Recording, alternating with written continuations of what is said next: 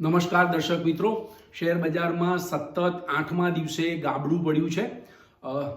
Small cap અને mid cap અને તમામ સેક્ટરના શેરોમાં ઓલરાઉન્ડ વેચવાલી ચાલુ રહી છે. આજે સપ્તાહનો છેલ્લો દિવસ હતો, તેમ છતાં પણ રિકવરી જોવા નથી મળી અને ઓવરઓલ જોઈએ તો સેન્સેક્સ 199 પોઈન્ટ ઘટીને આવ્યો છે અને નિફ્ટી પણ 102 પોઈન્ટ ઘટીને આવી છે. આમ મિત્રો, સતત 8 દિવસથી બજાર ઘટી રહ્યું છે. માર્કેટ કેપિટલાઇઝેશન જે છે એ 14 મહિનાની નીચી સપાટીએ પહોંચી ગયું છે.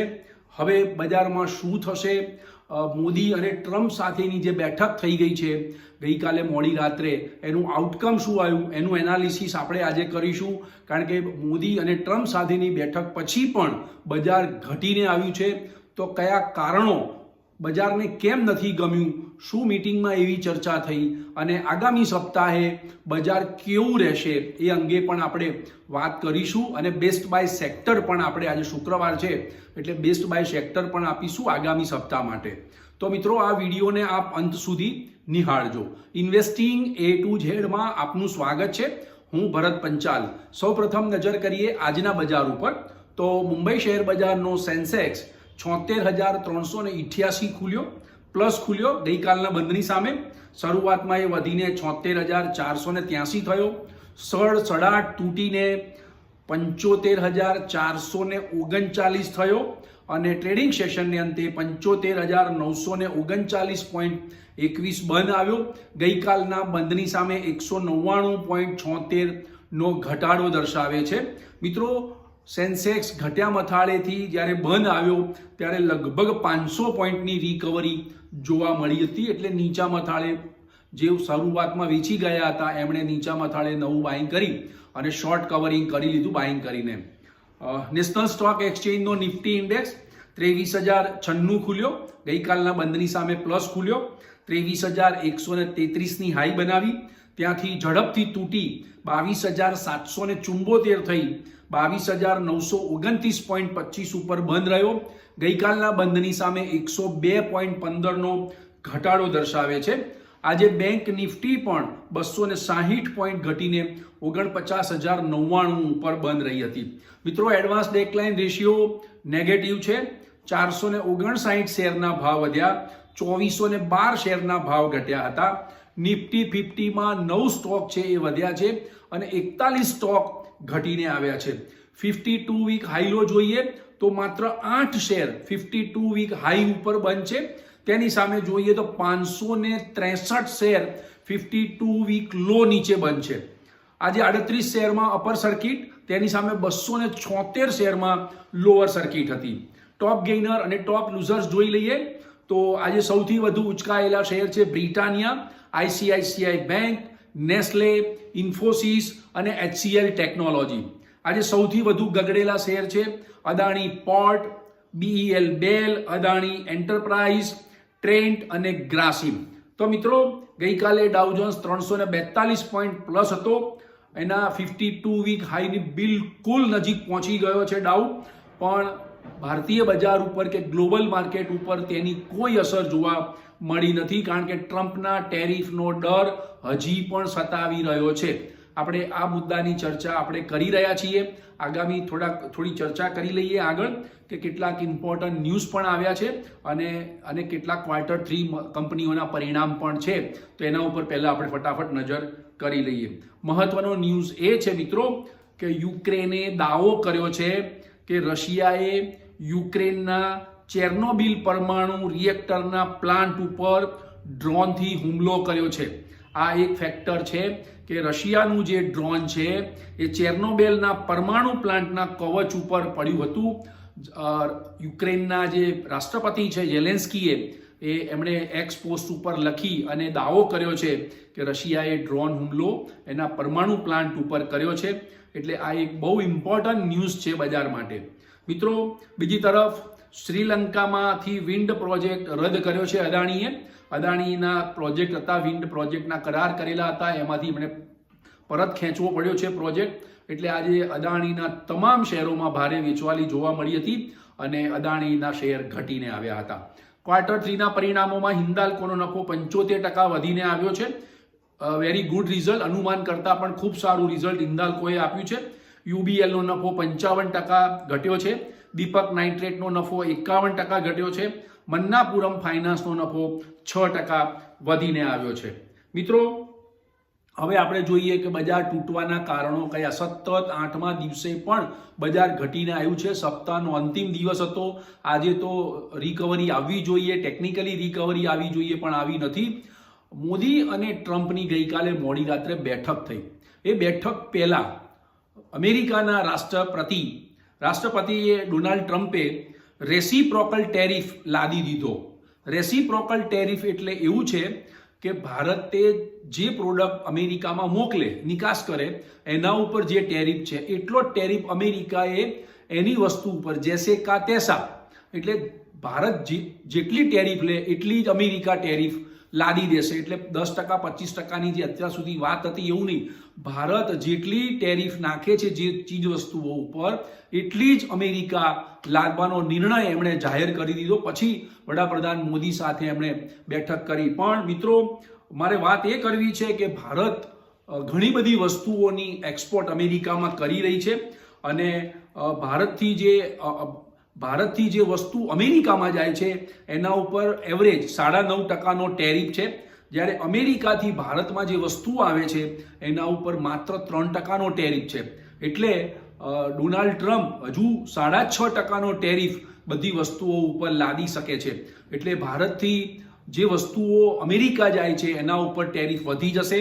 અમેરિકામાં એ વસ્તુ મોંઘી પડશે, એટલે અમેરિકાએ મંગાવવાનું બંધ કરી દેશે. એટલે એગ્રીકલ્ચર પ્રોડક્ટ છે, ટ્રાન્સપોર્ટેશન છે, ટેક્સટાઇલ છે, ફૂટવેર છે, કેમિકલ છે, આ બધી ચીજ વસ્તુઓ ભારતથી અમેરિકા જાય છે. એટલે આ બધી જ વસ્તુઓ ઉપર જેને કહેવાય ટેરિફ લાદવામાં આવશે તો ભારતના એક્સપોર્ટ ઉપર અસર પડશે, ભારતની ઇકોનોમીને નેગેટિવ અસર પડશે અને ખાસ કરીને એગ્રીકલ્ચર, ટ્રાન્સપોર્ટેશન, ટેક્સટાઇલ, ફૂટવેર અને કેમિકલ ઇન્ડસ્ટ્રીઝ પર નેગેટિવ અસર પડશે. બીજી તરફ સ્ટીલ અને એલ્યુમિનિયમ પર ટેરિફ તો નાખી દીધો છે 25%, એટલે એના ઉપર પણ નેગેટિવ અસર પડવાની છે. એટલે આ એક જે આવ્યો રેસિપ્રોકલ ટેરિફ, એને કારણે બજારનું સેન્ટિમેન્ટ આજ સવારથી જ ખરડાઈ ગયું હતું અને તેજીવાળા અને મંદીવાળાએ ઓલ રાઉન્ડ વેચવાલી કરી હતી. ખાસ કરીને સ્મોલ કેપ અને મિડ કેપ ઇન્ડેક્સ 2% તૂટી ગયો અને સ્મોલ કેપ ઇન્ડેક્સ પણ 3% તૂટી ગયો. સ્મોલ કેપ અને મિડ કેપનું પરફોર્મન્સ જોઈએ તો it's a very bad. Mid cap index જે રેકોર્ડ હાઈ થયો હતો ત્યાંથી 20% તૂટ્યો છે અને સ્મોલ કેપમાં જે રેકોર્ડ હાઈ બન્યો હતો ત્યાંથી એ 22% તૂટીને આવ્યો હતો. ગઈકાલે ઘણા બધા એનાલિસ્ટોએ પોસ્ટમાં લખ્યું હતું કે સ્મોલ કેપ અને મિડ કેપ છે એના શેરના ભાવના ઊંચા વેલ્યુએશન છે. એટલે 86,000નો ભાવ હતો ત્યારે એમને ઊંચું વેલ્યુએશન ન લાગ્યું અને હવે બજાર તૂટી રહ્યું છે ત્યારે સ્મોલ કેપ અને મિડ કેપના શેરોનું ઊંચું વેલ્યુએશન બધાને દેખાઈ રહ્યું છે. એટલે આટલું બધું તૂટ્યું છે. મેં એટલા માટે આ ડેટા કાઢ્યા છે કે તમે પણ નક્કી કરી શકો કે રેકોર્ડ હાઈથી સ્મોલ કેપ અને મિડ કેપ્સમાં 20 થી 22%નો ફોલ જોવા મળ્યો છે. મિત્રો, એટલે ટ્રમ્પના ટેરિફનો વોર બજાર તૂટવા પાછળનું પહેલું કારણ. બીજું કારણ, હું દરરોજ વિડીયોમાં કહી રહ્યો છું કે FIIનું સેલિંગ પ્રેશર સતત ચાલુ રહ્યું છે. જ્યાં સુધી FIIની વેચવાલી હશે ત્યાં સુધી ભારતીય શેર બજારનું સેન્ટિમેન્ટ ખરડાયેલું રહેવાનું છે.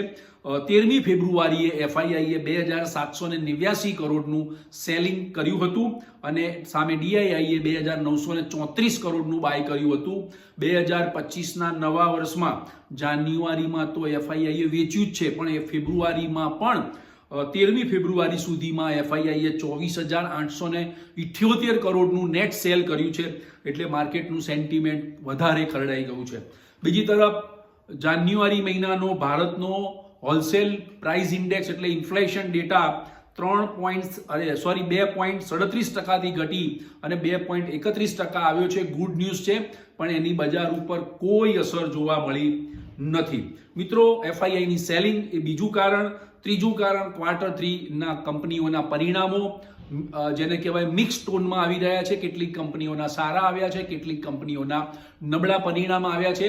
એટલે એક આકર્ષણનું કેન્દ્ર રહ્યું નથી. મિત્રો, આ મહત્વના 3 કારણોથી બજાર ઘટીને આવ્યું છે. હવે વાત કરીએ કે ટ્રમ્પ અને મોદીની જે બેઠક થઈ એમાં શું આઉટકમ આવ્યું છે. તો પહેલું, હું ટૂંકમાં ફટાફટ કહી દઈશ.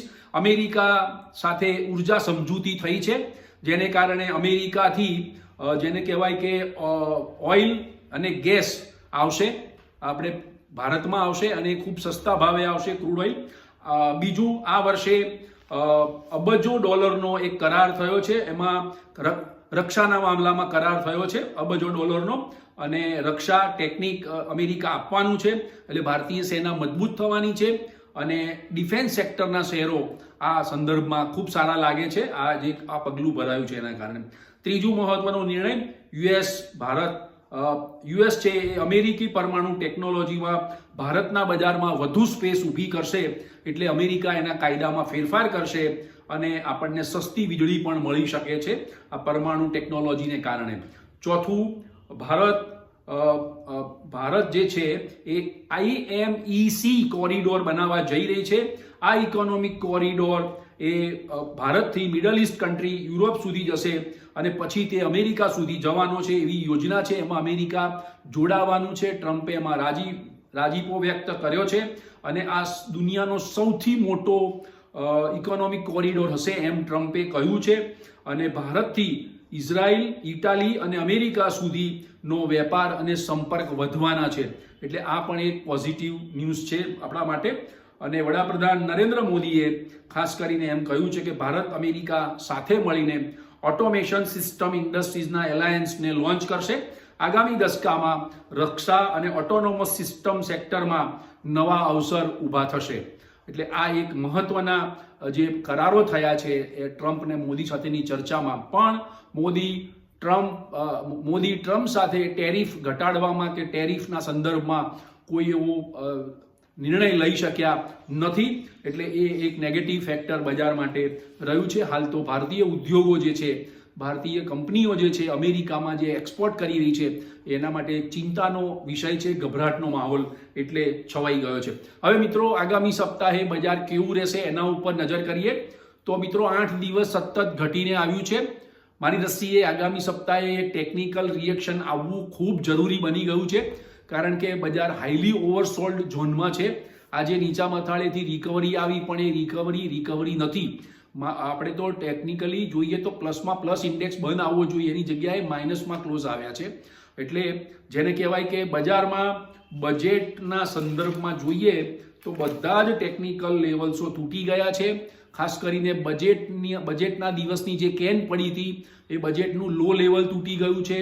પરમ દિવસે જે ટર્નિંગનો દિવસ હતો, કઈ તારીખે ટર્નિંગનો દિવસ હતો?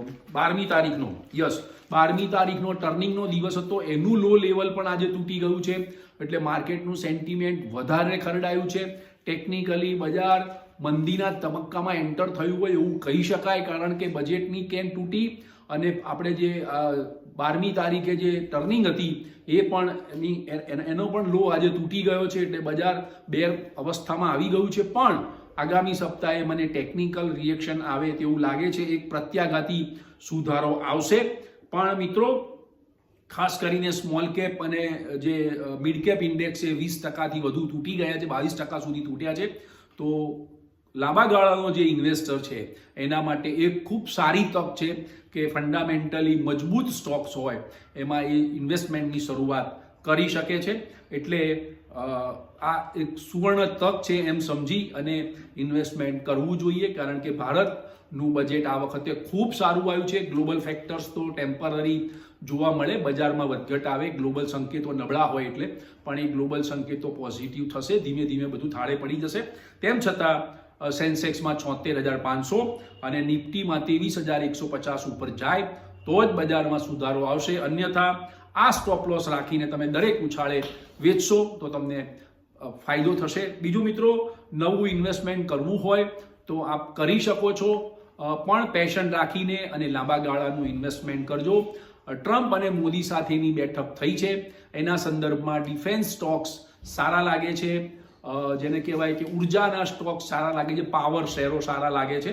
એટલે એ જે અને કોરિડોર બનવાનો છે એટલે રિયાલિટી જે સેક્ટર્સ છે એ પણ મજબૂત રહેશે. અને ઓઇલ એન્ડ ગેસમાં ખૂબ મોટું અમેરિકાથી આયાત થવાનું છે, ક્રૂડ સસ્તા ભાવે ક્રૂડ મળી રહેશે, એટલે એ પણ આપણને મોટો ફાયદો થવાનો છે. એટલે ઓઇલ એન્ડ ગેસ સેક્ટર પણ સારા લાગે છે, એટલે આ બેસ્ટ બાય રહેશે મિત્રો. પણ બજારનો હાલ ટ્રેન્ડ મંદીનો છે, તમે ખરીદો તો પેશન રાખીને જાળવી રાખજો, લાંબા ગાળાનું ઇન્વેસ્ટમેન્ટ કરજો. અથવા ઇન્વેસ્ટમેન્ટ આમાં ન કરવું હોય તો મ્યુચ્યુઅલ ફંડમાં, સારા એવા મ્યુચ્યુઅલ ફંડમાં આપ SIP કરશો તો વધુ યુનિટ ખરીદવા મળશે તમને, કારણ કે બજાર ઘટીને આવ્યું છે એટલા માટે. તો મિત્રો, આજના વિડીયોની માહિતી આપને ગમી હોય તો લાઇક કરજો, શેર કરજો, કમેન્ટ્સ કરજો અને સબસ્ક્રાઇબ કરજો. Thank you very much.